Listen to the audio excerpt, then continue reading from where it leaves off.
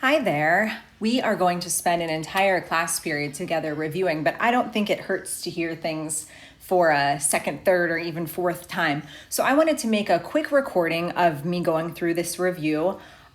It is still crucial that you pay attention during our in-class review because questions will come up that I think will be really helpful for you. Your classmates will be giving examples, and it's just better for us to be one-on-one in a review setting. It's also crucial that you are going back through your notes, making sure that you understand all of our key concepts.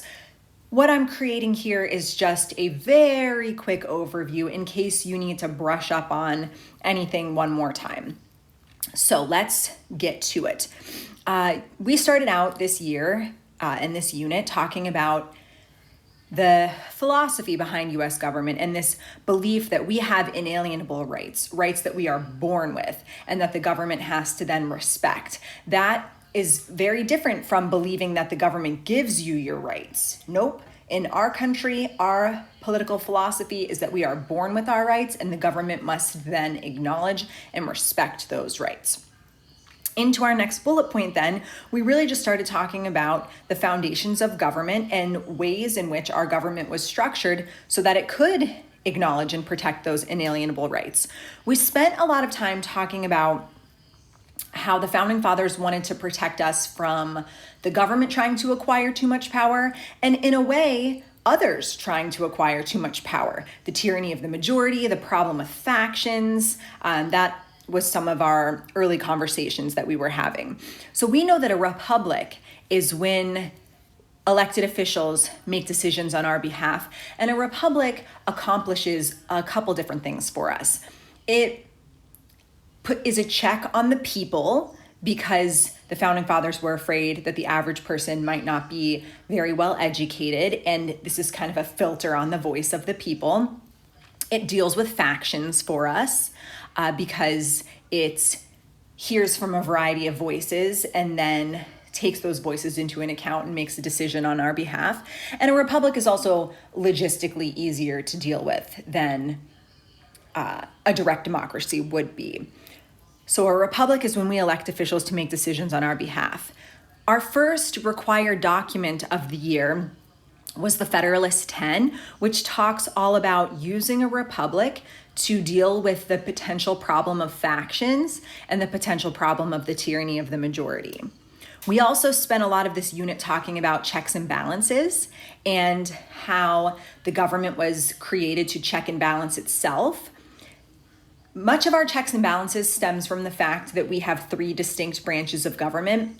And if you think back to the Federalist 51, another one of our required documents, ambition must be made to counteract ambition. As one branch of government strives to acquire more power, that actually works to check another branch of government. So separation of powers is definitely one of the key ways the founding fathers implemented checks and balances. But federalism is another way that the government implemented checks and balances.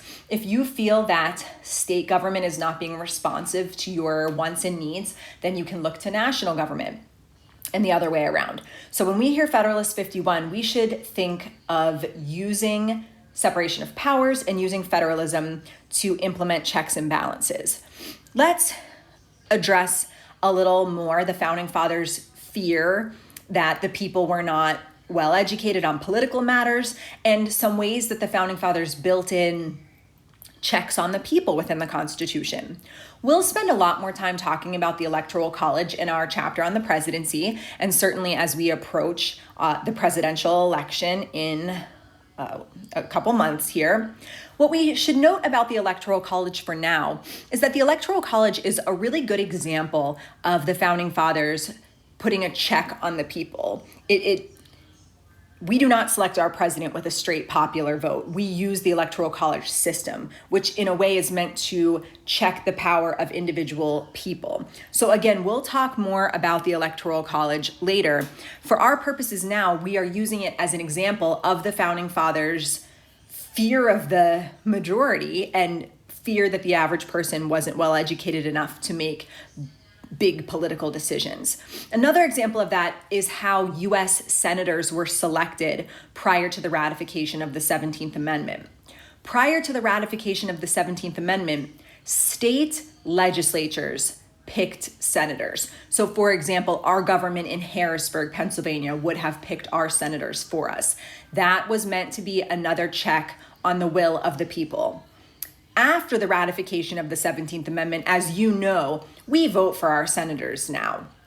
And we talked about how there's some differing of opinion amongst political scientists on how they feel about the 17th Amendment. You can feel about it however you'd like, of course. But this prior to the 17th Amendment, the way that senators were selected by state legislatures rather than by a popular vote is an example of a check on the will of the people.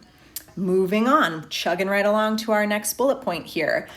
Here's a list of ways that a nation can structure, some of the ways a nation can structure its national government. In a unitary government, the national government wields the vast majority of the power, and local and state governments are really only empowered at the will of the national government. In a confederal system or a confederation, the states wield the power, and the national government only has power that has been given to it by the states. The original setup of U.S. government under the Articles of Confederation, which is one of our required documents, was a confederal system where the states had the vast majority of the power and the national government was very weak. We spent a lot of time talking about how the national government under the Articles of Confederation was too weak and led to the Constitutional Convention and the eventual creation of what we have, which is a federal system of government. In a federal system of government, the national government and the states share power. And then we spent the entire rest of the unit hashing out that relationship. So that's why I have federal, all caps, underlined. So much of our conversation this unit was about the relationship between the national government and the states. So let's start talking about some specifics of that. The 10th Amendment says that powers not given to the national government are reserved for the states. So the Constitution is meant to be this list of powers that the national government has, and then everything else is left to the states. That seems pretty straightforward, but then we talked a lot about the interpretable nature of some of the language of the Constitution. And I think it would be important for us as AP government students that want to have a thorough understanding of the way US government functions, and for our upcoming quiz, that we understood some of this interpretable language and how it impacts the relationship between the national government and the states. So the Commerce Clause says that the national government can make legislation that impacts commerce between the US and other countries and commerce between the states, interstate commerce, commerce that passes between the states. And that has allowed the national government to legislate on all sorts of topics that aren't in the Constitution, but that they can claim are interstate commerce. Remember, if people disagree with Congress's justification that it is interstate commerce, it can become an issue in the federal courts, and the Supreme Court can use its power of judicial review, and we saw lots of examples of that. The Necessary and Proper Clause says that Congress shall pass all laws necessary and proper for carrying out its foregoing powers. So if Congress can justify that they have to pass this piece of legislation to allow them to carry out a power that they have been given by the Constitution, then they should be able to do so. Again, subject to the check of judicial review. And the Supremacy Clause means that where the national government and the states conflict, the national government is supreme. And we saw some examples of that through court cases as well. I don't have it on my list here, and I'll probably add it before we do this live as a class, but I would zip back through your understanding of enumerated powers, powers given to the national government by the Constitution, reserved powers, which come about because of the 10th Amendment, powers reserved to the states, and concurrent powers, powers that the national government and the states share. Okay, back to this interpretable language. Brutus 10 is another one of our required documents, and in that document, the author expresses his concern of this interpretable language and his fear that it will allow the power of the national government to grow too significantly for the national government to become too powerful. We then talked a lot about checks and balances and using the separation of powers and using federalism. Ambition must be made to counteract ambition to counter what Brutus was saying. Beyond this interpretable language, ways that the national government has expanded its scope of powers through grants and aid, and the conditions of aid that the national government puts on those grants. Categorical grants are for very specific purposes with lots of conditions of aid.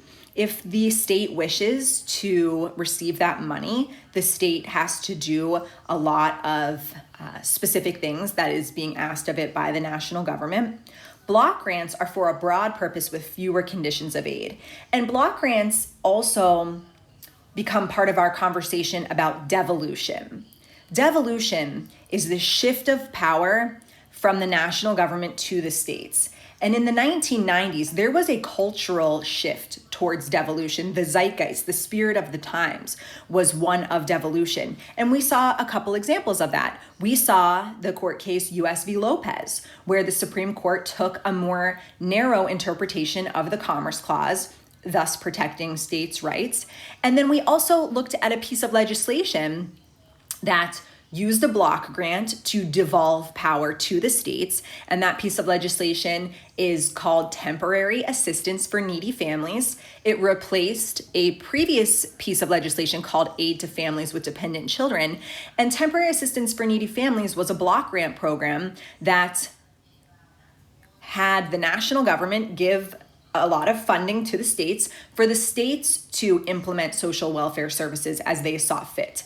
So it was for a broad purpose. It does have broad guidelines that the states need to follow, but it gives a lot more autonomy to the states in terms of providing social welfare services. So temporary assistance for needy families is one of those pieces of legislation that sometimes appears on AP assessments because it's a good example of social welfare policy, which we'll talk more about later in the year. And it is such a good example of a block grant, and in particular, a block grant that contributed to devolution. Mandates are things that the national government tells the states to do regardless of funding. Mandates are often for things that are universally appealing, and there's a lot of public pressure on governors to enact mandates. There's also the potential for lawsuits on a federal level if states do not enact mandates. A really good example of a mandate, and again, I'll probably type it into here and add it before we do this live as a class, is the Americans with Disabilities Act. The Americans with Disabilities Act is a mandate. If a state or a state entity denies you the protections of the Americans with Disabilities Act, then there can be a federal lawsuit.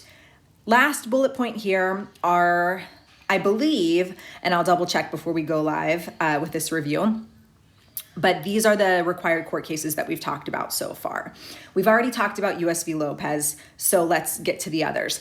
Marbury versus Madison established the concept of judicial review, which we talked about earlier. McCulloch v. Maryland is a very good example of using the necessary and proper clause to justify an expansion of US power, in this case, the creation of a national bank. It's also a good example of the supremacy clause. In McCulloch v. Maryland, the Supreme Court said to tax is to destroy, and states cannot destroy a creation of the national government per the supremacy clause. US v. Lopez, I think we are good there. And then lastly, Gideon v. Wainwright is a court case that's going to come up a lot more when we talk about civil liberties, because it's a Supreme Court case that really addresses our due process rights, specifically our Sixth Amendment right to an attorney and our 14th Amendment right to due process. But Gideon v. Wainwright is also a really good example of selective incorporation, where the Supreme Court uses the language of the 14th Amendment to apply provisions of the Bill of Rights to the states. In this case, they use the due process clause of the 14th Amendment to apply the Sixth Amendment right to an attorney to the states. Look at that, under 15 minutes. How lovely. So this is a quick overview of our outline. We're going to spend an entire class period preparing for our unit exam. And then on Friday, we'll meet briefly to make sure we are all on the same page regarding our unit exam. And then you will show me how knowledgeable you are about US government through your unit exam, and then we'll move on to Unit 2. Talk to you soon.